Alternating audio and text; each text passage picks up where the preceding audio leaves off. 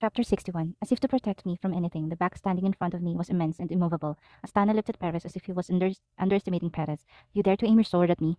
Maybe you forgot the sword in your hand. Astana said, gritted his teeth in anger. I pretended to see my father to see the situation behind me. My grandfather got up halfway from his seat, staring at Astana with her burning and killing gaze. And my father was white-faced and tried to run to save me. But my father stopped because of a hand holding his arm. It was Emperor Jovan's. Your Majesty. My father got surprised, but the emperor did not look at him. They were watching the two children standing with their swords at each other with interesting face. When the emperor's reaction was like that, the knights who tried to intervene also retreated. Then Astana was rather excited. It seemed to me he thinks the emperor had taken his side and laid a platform for stepping on Perez. The tip of the sword still aiming at me touched me like a smiling face. What are you going to do? I think you've started confidently today. Know your place. Astana, who laughed at Perez in the middle, stopped talking and took turns looking at Perez and me. Ah, you both have lowly mothers. You must feel the same thing. Thing? As expected from Astana. I mean, I'll get you too. Your Majesty the first prince. Eventually, my father, who couldn't stand it, vented his anger. However, Astana, who glanced at my father, confirmed the emperor, who was still silent and continued to sarcastic. Do you dare aim your sword at me, the only heir of the empire? Astana said so and swung his sword heavily. Of course, you would have thought you would win. But when Perez was so small and young, he already learning swordsmanship. The period of learning swordsmanship is longer than yours. With all his might, the weight-bearing sword came out and fell toward Perez. No, it must be me behind Perez, who was still being targeted by the sword tip. I stared straight at Astana without backing down. What? To see that face? The top of Astana's confident sword was cut off and fell to the floor. It was a very neat cross-section. This is now. Astana, who looked at his sword cut in half, speechless for a long time. Then he yelled at Perez, You bastard! What a cowardly move! Get back! What kind of cowardice did you do? Perez's cold voice seemed to have fueled the fire, and Astana lost his temper. Look at that crazy guy. Ah! He screamed because he couldn't beat Perez, and he looked around. No, your Majesty, the prince, no. Give me. The knight who couldn't completely block the prince's hand ended up losing his sword to Astana. Shouldn't it be prevented? The knight looked at the emperor with such eyes, but there was no movement. The knight, unable to hold the prince's body without permission, only looks at his sword in Astana's hands. Ko! Astana now swung the knight's sword while screaming. The unique golden sword of the Imperial Knights flashed. However, to look, the results were the same as before. A sword cut in half and fell into the carpet. Now Astana couldn't say anything. He breathed and stared blankly at the sword that had been cut off. Oh, how? Then Paris' sword moved smoothly. It was a smooth motion as if water was flowing. If you don't want to die, I told you to step back. Hoong! Along with the low resonance sound, blue light fluttered through Paris' sword. Oh, come on. Everyone was astonished to recognize the true identity of the blue light. At the age of 13, no one had ever meted an aura. The vivid blue color. Hey, that's ridiculous. Astana was rubbing his eyes now. How could you? Like Astana, like Belsac. Do you can't get rid of that, you think? Even after seeing his sword just cut like tofu twice, and you still can't believe it? Cancel it. The tip of Paris' sword with the blue aura swaying towards Astana. I said half-blood. Cancel it. It was different from Astana's sword, which constantly shaking. Paris' sword, without even a bit of shaking, was threatening to stab Astana at any point, any moment. I'll apologize to you, not me, Paris said, pushing the sword further into Astana's neck. Huh, me? Naturally, I thought he was referring to me, which is said to be half-blood. I looked at Paris in surprise. Paris' red eyes sunk darkly. His sharp eyes, as sharp as a sword blade, glared at Astana. He was really angry at Astana, who called me a half-blood. Stop. It was the Emperor. Let the sword down. But Paris was still aiming at Astana. It looked like he had no intention of lowering his sword. I stabbed Paris in the side that no one else could see. If he disobeys the Emperor's words and gets blacklisted, it will be a headache.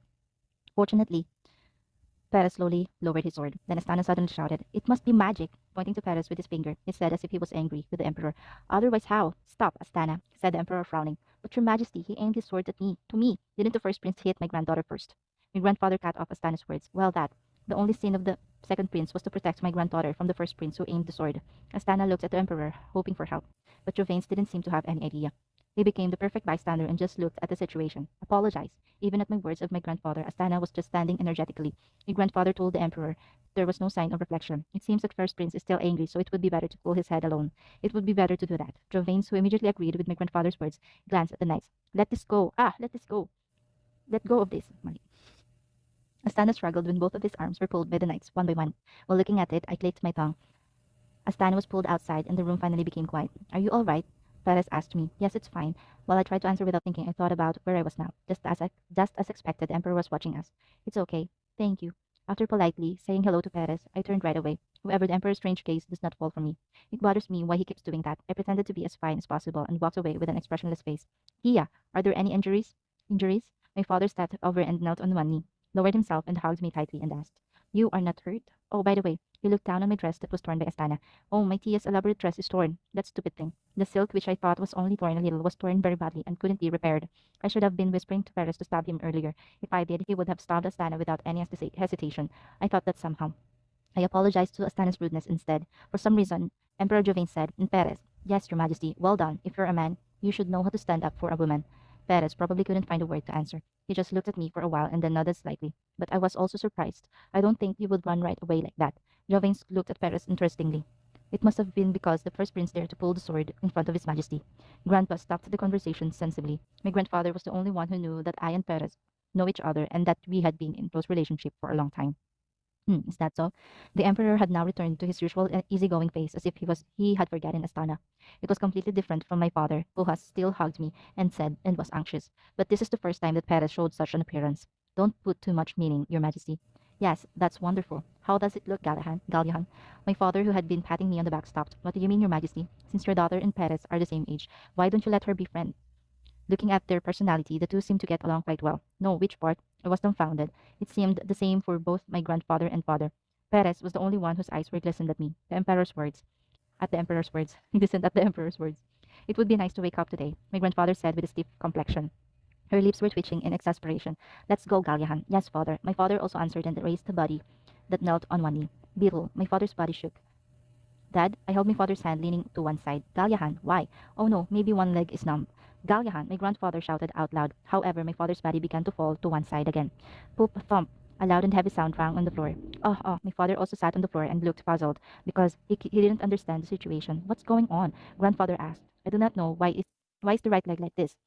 My father's hand stretched and rubbed his right leg. Is it better to call a doctor? Joe Vanes also approached and asked insignificantly. While everyone was confused without knowing the situation, I gritted my teeth. It finally started. A disease in which one side of the body gradually does not listen and spreads rapidly, and eventually the body loses the ability to exercise.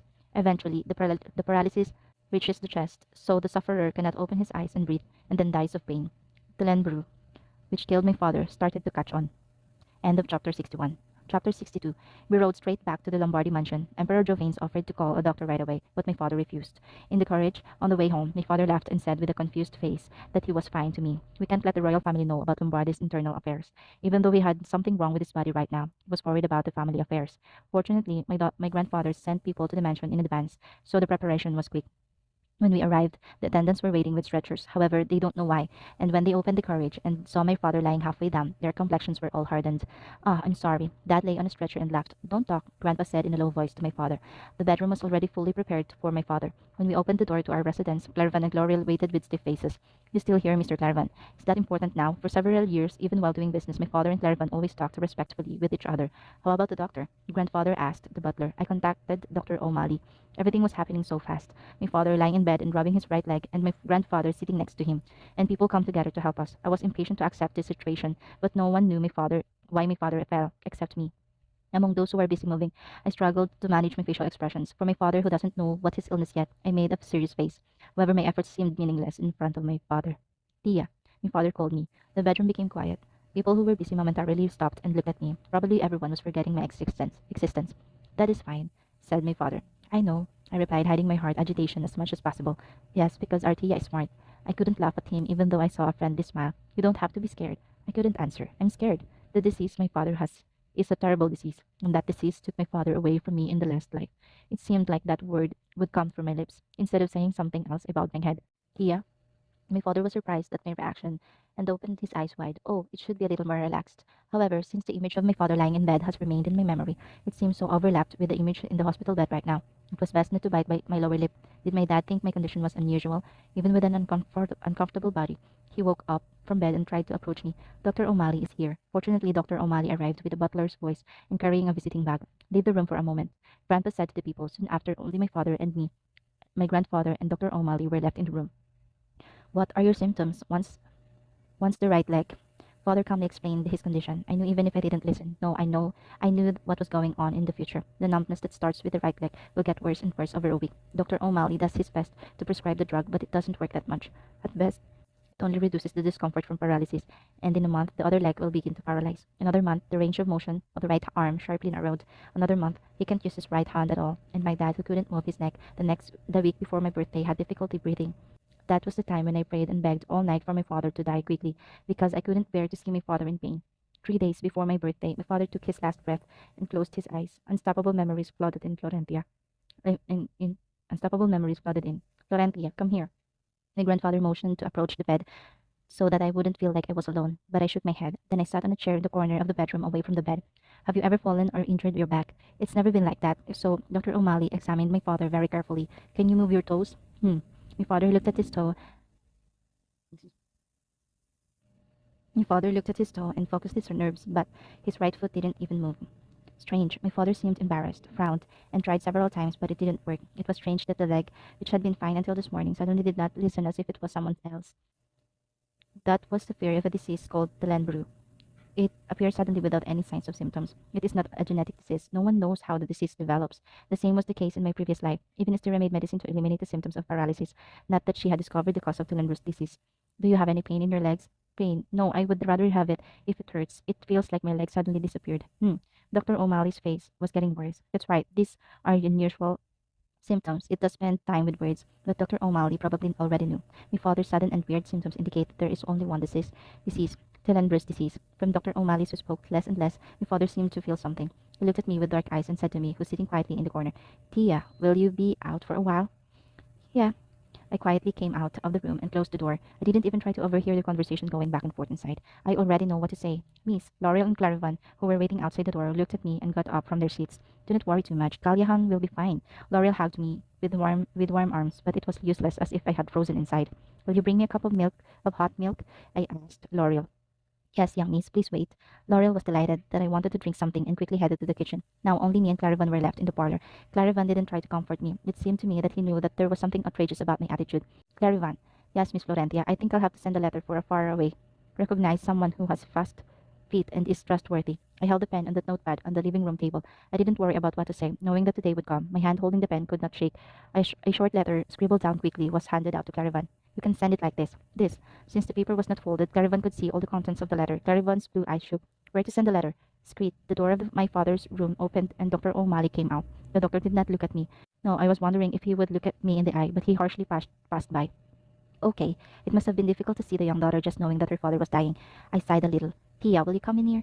Then I heard my father's voice calling me. Clarivan quietly followed me on my way to the bedroom. My father was sitting on the bed just as he was before. Dr. O'Malley told me what was wrong, Tia. My father said to me with a smile. I was just surprised by my leg muscles for a moment, but he said I would get better soon. What? I doubted my ears, and my heart pounded. Maybe the future has changed. Is it really Talon-Bruce disease? And I looked at my grandfather. Oh, Grandpa wasn't looking at me. Like Dr. O'Malley, he avoided my gaze. Dad will be okay soon. My father spoke to me in a lively voice. Don't worry too much, Tia. I couldn't say anything. It seemed that my throat was choked by swallowing a large rock. Even at this moment, when he learned that he had a disease that didn't have a cure, my father was thinking more about me. His daughter, who is only 10 years old, is worried about him. I'm afraid it will be scary. With a young face and such a bright smile, I gritted my teeth and looked at my father, then turned around. And I said to Clarivan, the letter is to the Imperial Academy. The recipient is me and my father's only hope. The recipient is Estera. Please. End of chapter 62. Chapter 63. Florentia did not come near Galliahan's side. She stood far away from the door, talked for a while with Clarivan, and then went back. At that appearance, Galliahan smiled bitterly and said to Laurel, Laurel, can you help Tia get ready for bed? Yes, Galliahan. Laurel bowed her head, then ran toward Florentia. The only one left in the room with Galliahan was Lulak, who was still sitting in a chair, and Clarivan standing at the door. I think I'll have to borrow Laurel's hand in the future. That's a big deal. There will be more and more things he cannot do in the future. Now it's just one leg, but he doesn't know when the symptoms of paralysis will spread to other places. Half a year. It was his remaining life, as Dr. O'Malley told him. After Talonbrew outbreaks, it is said that usually the sufferer dies within half a year. I'll bring another doctor, so I'll see you again. Father, it's a very rare case, so how do we know after being checked just once? Ask another doctor. You have Talonbrew's disease. That doesn't make sense. Clarivan's face hardened at Lulak's muttering. Talonbrew? That the doctor said. Eventually, Lulak screamed. His messy face doesn't look like Lulak's usually quiet and calm expression. Galyahan could not have suffered from such a severe disease. Father. Galyahan looked at him and nodded and said, I'll see another doctor. Yes, you should. Dr. O'Malley seemed to be rusty. Lulak stood up from his seat. Maybe your leg will be fine tomorrow. But even though he said so, Lulak's gaze pointed at Galyahan's stiffened leg. It looks so fine on the outside. You are still too young, Galyahan. It doesn't make sense to have to suffer from a disease without medicine. Lulak turned away after leaving such a statement. And don't let this thing lick around. You broke your leg by stumbling in at the imperial banquet, okay? Thank you, Father. Galyahan, who is showing fame both within and outside of the family, recently had an incredible wave of rumors that something was wrong with his condition. This will be great news that will never be again for a competitor looking for its weaknesses, and it will be a big stumbling block for those who wish to work with the Galyahan clothing store. I don't know when someone will come, so put a splint on that leg. Haha, yes, Father. Galyahan laughed, and Lulak left the room after telling the boy that it's nothing. At the same time, as the sound of the door closing, a smile disappeared from Gallihan's face. Then he said to Clarivan with his calmly sunken voice, Clarivan, yes, tell me. I think I need to prepare a few things. What are you talking about? Gallihan sighed in response to Clarivan's question. I have to be prepared if it really is Telembrus disease. It was a sigh that was more of a kind of resignation rather than frustration. Are you going to leave Dia alone? To Gallihan's smiling face, Clarivan could not say anything. Instead, he squeezed his fist so that the note that Florentia had written and handed over made a crackling sound. Asterisk, asterisk, asterisk. This morning comes brightly. Perez has a habit for a long time that is headed to the Porrek Palace training center with his sword. From the day when he first met Florentia, it was the morning training he hadn't missed, since being told he had to practice swordsmanship. Yesterday's banquet ended after midnight, and he's only been resting a few hours. But there are no exceptions. His body felt heavy, but when he started operating aura, the feeling quickly disappeared. Perez, who was sweating, sat on the training ground and recalled what had happened last night. Florentia, who first met in the forest and caught Perez's attention, that time had passed quickly, but she did not change. Still, Perez only saw Florentia. Even when she first walks into the banquet hall, even for the sweet time on the terrace that passed so quickly, even when Astana drew his sword, it was only Florentia that Perez was seeing. And when Gallihan falls and everyone is looking at Gallihan, Perez always looking at Florentia. Is she okay? Unlike him, Florentia seemed to be very close to her father. Looking at Gallihan, who couldn't get up while lying down, the face that had closed her lips came to his mind. It would be nice if I could go and see her. However, there was a word from Florentia that no one should know the closeness of Perez and Florentia. Perez squeezed her own heart when he put his sword in the scabbard, but Perez misses her. Perez's shoulders, while returning to the palace, were struck down again and again. To Her Majesty the Empress. It was just when he got to the Porrek Palace. Perez raised his head at Caitlin's low voice.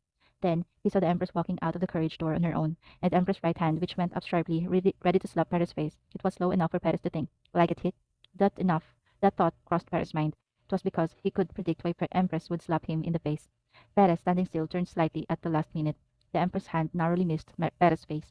How dare you? Empress becomes even more annoyed.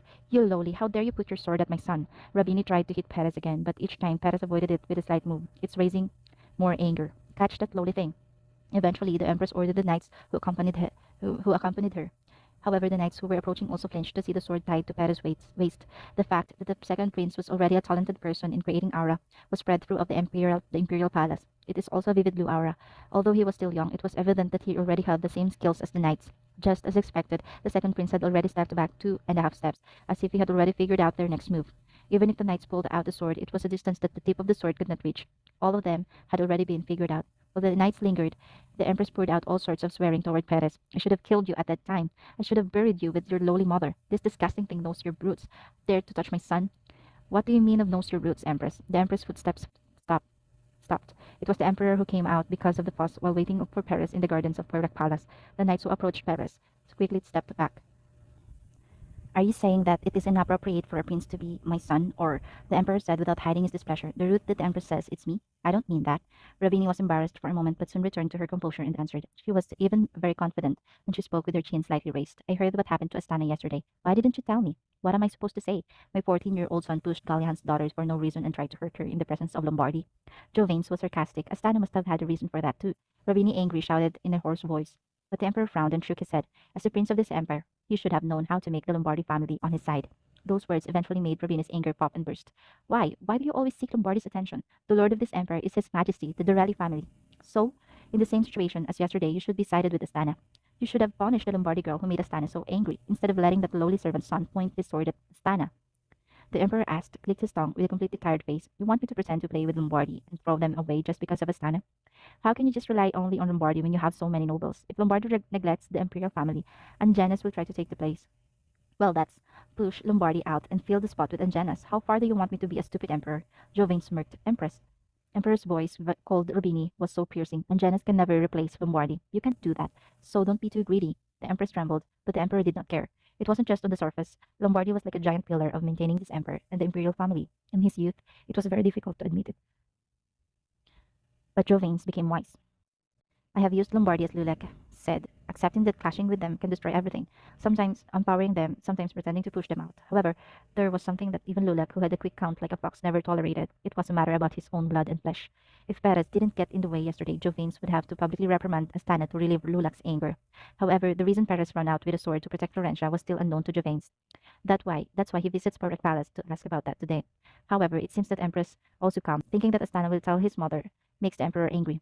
Bad boy. Then Perez, standing still to one side, appeared. While entering the banquet hall, the emperor remembered that Perez couldn't take his eyes off Calihan's daughter, and suddenly a strange impulse arose. Jovains told Perez, standing against the empress, "You should visit Calihan Lombardi in the hospital instead of me." Perez's sour face turned bright. "And send my letter on the way to the Lord of Lombardi. It says that Calihan's daughter will be your playmate." End of chapter 63. Chapter 64. Who is coming? I closed the book I was reading and looked at Laurel. The second Prince Majesty is visiting the Lombardi mansion. A little while ago, the second prince went from Imperial Palace. I doubted my ears. Paris is coming to Lombardi. Was it possible for him to go outside as he wants? Of course, he wasn't in a situation where he had to live like before, but it took many times to get around the castle and get around freely. But is he going to leave the Emperor's territory, the Matriarch Palace, and come to Lombardi? This would be a good chance to be attacked by someone on the street. Today? Yes, they say they arrive around noon. Huh. Is Paris stupid? There is no reason for him to come to Lombardi. Why? I do not know. Laurel shrugged and whispered. By the way, young lady, did you know your Majesty the Second Prince? Oh, and it turns out that Laurel doesn't know. A few moments ago, it's only temporary. I just exchanged letters. Ah, maybe that. Instead of answering, she nodded. Just as expected, a strange smile appeared on Laurel's face. Oh my goodness, then your Majesty the Second Prince is coming to see our young miss. Sigh, it was also clear that she had a strange imagination. Not like that. There must be something else. But when the servant of the Imperial Palace called me, didn't that mean he came to see young miss? Well, was there only Laurel in this place? Well, no, it was me and the butler. The butler oversees the mansion, but usually takes care of my grandfather's surroundings. If so, it means he is coming to see me and my grandfather. However, there was no reason to guess, especially in the situation where he and I are pretending to not know each other. No. We'll know when Perez comes. Anyway, he was coming here, and it was something I couldn't prevent. And since the servant of the Imperial Palace visited the mansion in the morning, everyone would know that Perez was coming. I kept reading, ignoring L'Oreal, who kept looking at me with emoji-like eyes, laughing. It was a book containing information and examples of treatment of various rare diseases, such as the Landru. Time quickly passed, and it was noon when the sun set in the middle of the sky. From a distance, I could see the imperial carriage Perez was riding. However, the imperial knights were with him behind, and the huge imperial banner was attached. It meant a very formal visit. My grandfather sent me a letter telling me to take him to the office after lunch with Perez because he promised beforehand. But I wasn't alone in front of the mansion. Shananette, Vise, and Laurel's they all sent their families' attendants. Laurel whispers in my ear. That was right. It seemed like everyone was sending people to check the situation. It was not the first prince who came, but the second prince who came to visit Lombardi and called me. I could tell just by seeing the eyes of the attendants staying on me. The duck. Finally, the horse stopped, and the door of the carriage opened. Even today, Paris, whose face is almost expressionless, walked toward us. But I could tell by seeing Paris' eyes shining brightly. That guy is very excited right now. Before Paris made a mistake, he immediately bent my knees and was a little polite. Hello, His Majesty the Second Prince. Welcome. I was waiting. Ah, hello, Lombardi young miss. Paris looked around for a moment and then followed my play. Unfortunately, my grandfather has an appointment, so I will take you to my father's residence. We have lunch together and go to Grandpa's office after lunch. Yeah, it is a success. I succeeded in saying hello awkwardly like people with bare acquaintances. The relentless gazes of the servants who had been given the task continued until we left the mansion hall and entered the pavilion. Even though the head waiter was very attentive, now we were far away. I was able to relax only when I entered our house through the long corridor. Fortunately, the knights accompanying Paris stood guard outside the front door. I asked when I sat down on the sofa in the living room. Woo, why are you here, Paris? Want to see you, Tia. Do not play. Really, as Paris and I started chatting, Laurel's eyes widened. Niece, why? You are more close than I think. You too. Laurel? When Paris called her name, Laurel was surprised to the point of jumping. My, how do you know my name? Because Tia mentioned you a few times in a letter. Oh, yes, I see. Laurel looked at me and blushed brightly. Don't talk to me. Why are you here today? Young miss. Laurel looked at me in amazement at my sharp voice. In fact, I was a little embarrassed too. It wasn't something that would be very annoying. My nerves seemed to be much more sensitive than usual because of my father's condition. I came to convey this. Perez pulled out the letter envelope from his arms with a calm face. It can be recognized even from the outward appearance of applying the metalled gold wax. Now, wait, is this your Majesty's letter? Is this your Majesty's letter? Yes, just yes. I am well aware of Perez's personality, in which he is out of focus. The Emperor's letters are different from those written by ordinary people. If the Emperor officially asks someone to deliver a letter, that person has a heavy responsibility to deliver the letter to the person whose name is written on the envelope as soon as possible. This is common sense that any imperial citizens knows. Perez was just staring at me and Laurel in embarrassment. I hurriedly looked at the envelope.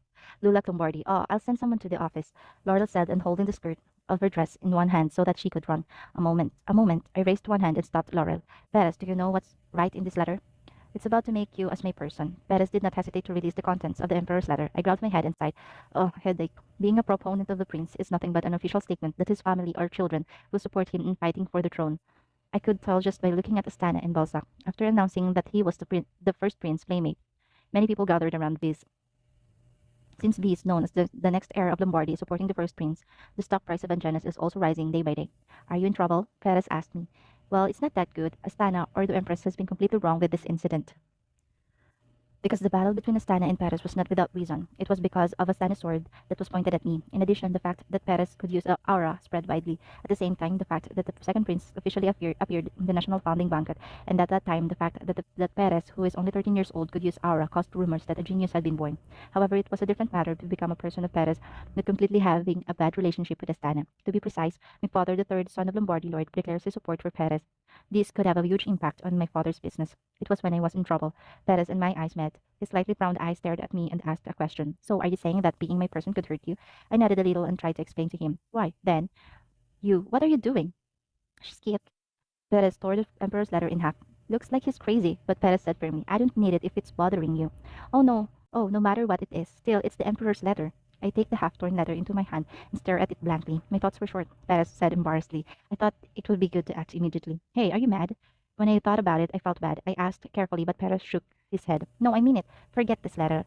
This letter. I'll take care of it. What are you gonna do? Perez, if you don't get the Emperor's attention, big trouble will ensue. No, I have to stick it well and take it to my grandfather. Because the recipient of the letter was my grandfather. What letter are you talking about? Dad.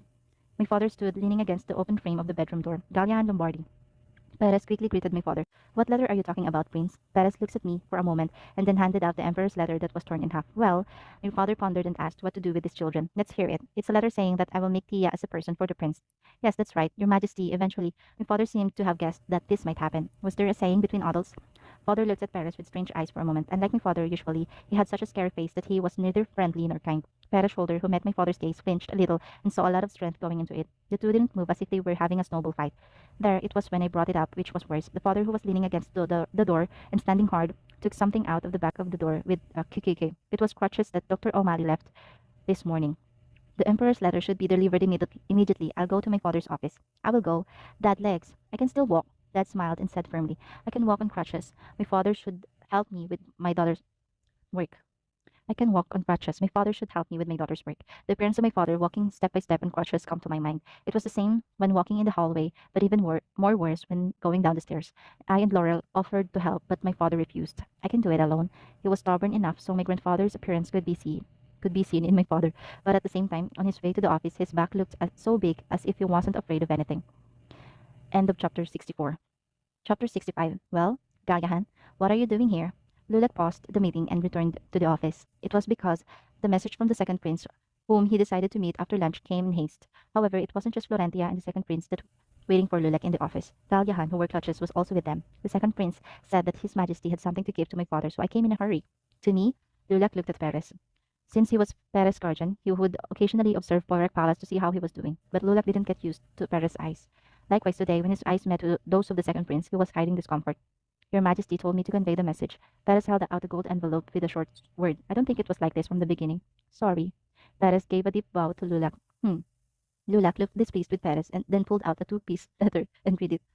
Shortly, a low voice came out of Lulak. Jovanes. It felt like he would run to the imperial palace with a piece of the letter right now. Lulak's eyes sparkled with anger. These and Balzac are the pawns they get because they beg.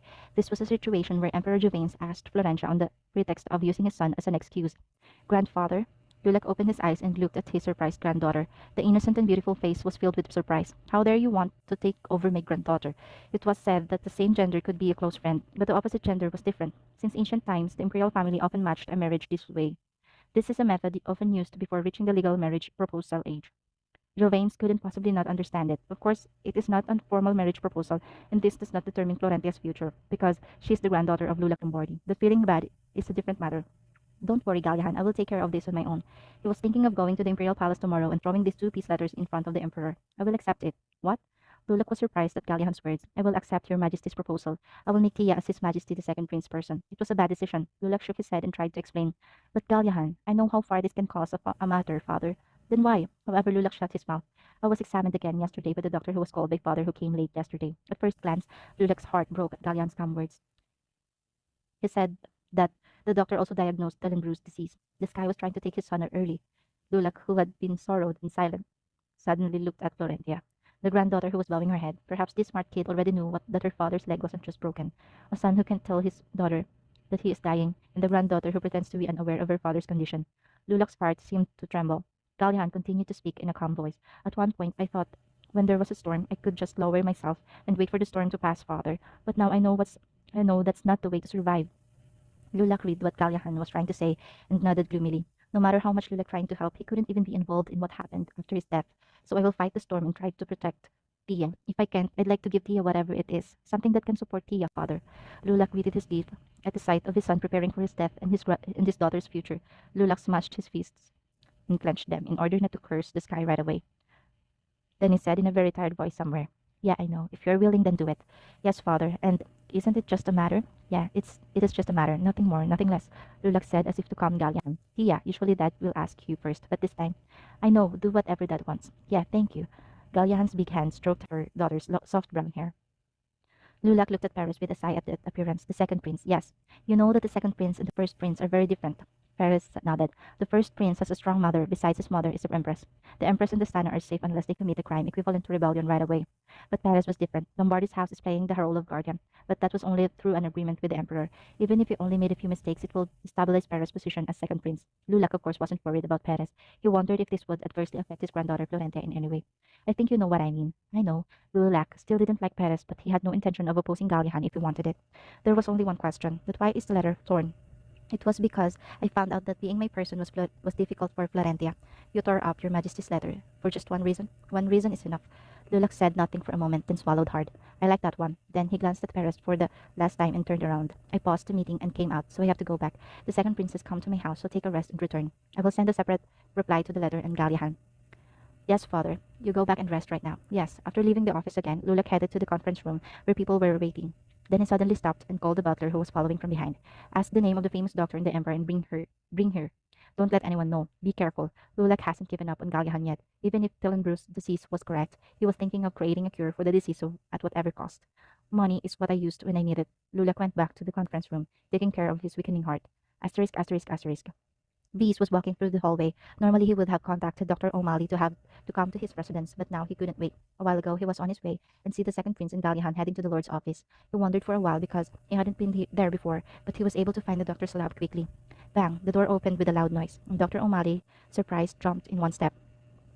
"How did you come here? If you send someone, I'll go." "Galyahan, what disease does he have?" "Yes, what? What do you mean by that? Don't think about lying to me. I know that Galyahan didn't break his leg." These words were a half laugh. He knew and already knew that there was a commotion in the back seat of the national founding banquet. However, the content of the disturbance that he heard through people was only a matter of the two princes pointing their swords at each other, and not Galyahan broke his leg. However, Galyahan returned to the mansion earlier than planned, and after that he was already in recuperation for several days. Despite spreading rumors of a broken leg, Peace was suspicious that Dr. O'Malley was not able to answer right away and was restless. Bees whispered politely to calm the doctor. "Hey, Dr. O'Malley, did you already know everything? I am asking if I can help my younger brother as an older brother." The doctor hesitated for a moment but was immediately deceived. "Even if you know the name of the disease, there won't be much you can do to help." "That, what do you mean? What disease did Galyahan have?" "The Tellenbrew disease." All of these movements stopped. Tellen, Tellenbrew? Isn't that a deadly disease?" His voice was shaking softly. O'Malley closed his eyes as if he were back in the day he gave Lords and Galyahan the name of the illness. "No matter how badly the relationship is, even if it's Beast, it must be a big heartache because his younger brother has a deadly disease." The doctor understood that way. "Ha ha, ha ha ha. V started to laugh. For a long time, V smiled with a smile on his face and shouted, "The sky gives me a chance." It seemed like a decade of congestion had eased. Pure joy flows with every laugh. Dr. O'Malley couldn't find any figure of a person who would soon lose his younger brother in a terrible illness. "Thank you, Galyahan, thanks." Peace laughed for a long time, not knowing that Dr. O'Malley was looking at him with a tired face. Asterisk, asterisk, asterisk.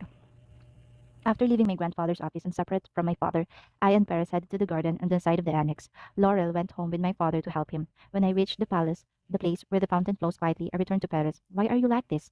"I, yes, you. Why are you so gloomy and speechless? And you look at me." Paris, like a person walking on a thin sheet of ice, is very careful even with his footsteps. And I was worried about it. "Because, Tia, you seem to be thinking of something, and about your father's condition." Perez was caring for me. It was so funny that I was annoyed at the moment. A child who is only 13 years old looks at how I feel and I get angry. I sighed and said, "Don't worry about my dad. Of course he got a bit of a bad disease, but he will get well soon." "Do you know the name of the disease?" Perez asked carefully. "Telenbrew." "Ah." Perez tried to look as cool as possible, but failed. First of all, it was a little bit worrisome to look at me with a dog-like face, but I pretended to have both hands on my back and said, "Someone who made the cure for Telenbrew's disease is coming, of course, with the cure." End of chapter 65.